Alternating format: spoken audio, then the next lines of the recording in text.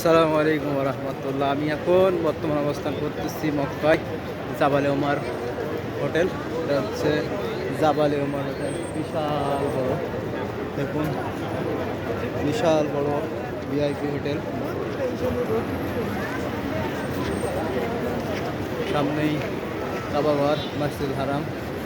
মুসল্লিরা সবাই নামাজ শেষ করে তারা চলে আসতেছেন। এশার সালাত শেষ, তারা এখন গন্তব্যস্থানে চলে যাবে।